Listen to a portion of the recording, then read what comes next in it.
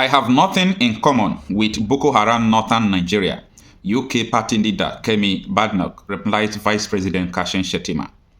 For over a week and some days, there have been an attack and counter-attack between the leader of the Conservative Party in the UK, Kemi, and the Vice President Shettima. Now, one thing I like in my life is truth.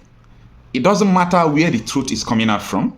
If the devil likes, let the devil speaks the truth. I will like that truth that comes from the devil. And it doesn't matter whom the truth hurts. Let it hurt me. Let it hurt somebody close to me. As far as it is the truth, anybody that is not ready to understand the truth, let the person die. It doesn't concern me.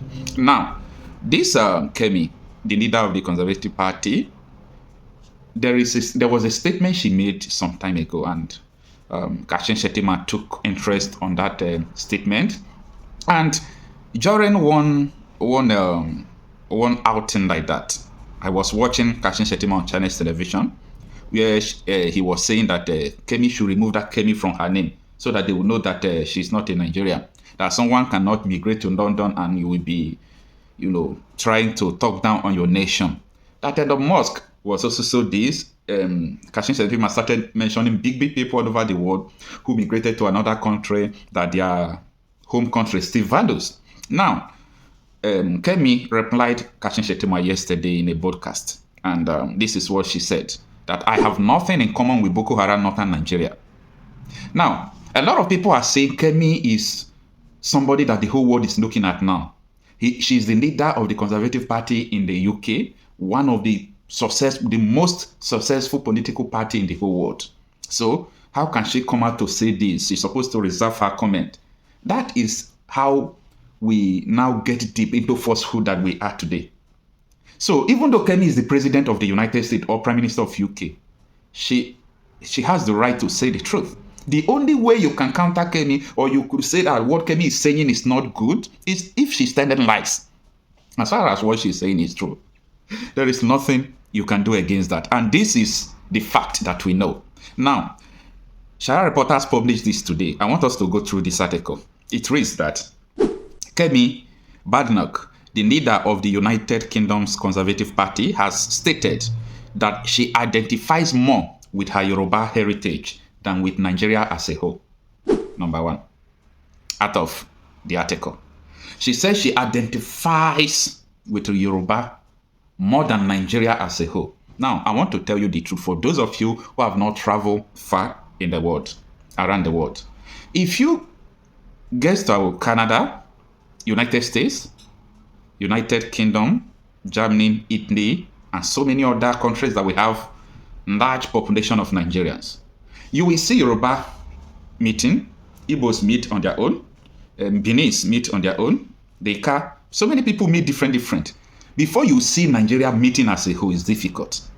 That sends a message that no matter how we try to say we are one, that identity of where you are coming from will be there. According to our famous writer, Chimamanda, she said that I am a black because the white calls me so. I am a Nigerian because the white calls me Nigerian. But I am an Igbo woman before the white came. So identifying to your core root is not something that's supposed to cause problem, because if you come to Western Europe today, majority of people identify themselves by their core values, and that is why you have small countries. Everybody want to be on their own. That is the future, whether you like it or not. Now, let me continue with the article. In an interview with the Spectator, Badenoch expressed that she feels NATO connection to northern Nigeria, which she described as a heaven for Islamism and Boko Haram. This is a blow. And Shettima took, annoyance, took anger, and started saying a lot of things. Let me tell you, no matter what you do, Shettima will not remove that fact that he was accused of sponsoring Boko Haram and he harbored them in his house. He cannot remove that from him. The world knows everything. So it's not as if the world don't know what is going on. Now, the article continues. Kemi said, I find it interesting that everybody defines me of being a Nigerian. I identify less with the country than the specific ethnicity, Yoruba, she remarked. I have nothing in common with the people from the north of the country. The Boko Haram, where Islamism is, she added. It shocked them, Abi. I have nothing in common with the northern Nigeria. Absolutely nothing in common. Where Islamism and Boko Haram finds a safe haven. This is what the leader of number one political party in the world is saying. Now, her comments have drawn significant backlash from many Nigerians, including the high-profile figures. Among her critics is the Nigerian Vice President Shettima, who recently told Badenoch she could change her name if she wished to disassociate from Nigeria, calling it the greatest black nation on earth. Despite the criticism, Badenoch has doubled down on her stance, asserting that her true identity lies in her Yoruba roots, not Nigeria. Oh, I thank God that people are waking up to the reality that we don't have connections with so many people we are living with in a country. This is not because of hate. This is not bigotry. This is, you must face the reality. No matter how many years falsehood lasts. Tell me, what has connection with Kemi with the North? Not in one religion. They don't believe in one education system. What next? They don't believe in one system. What next again?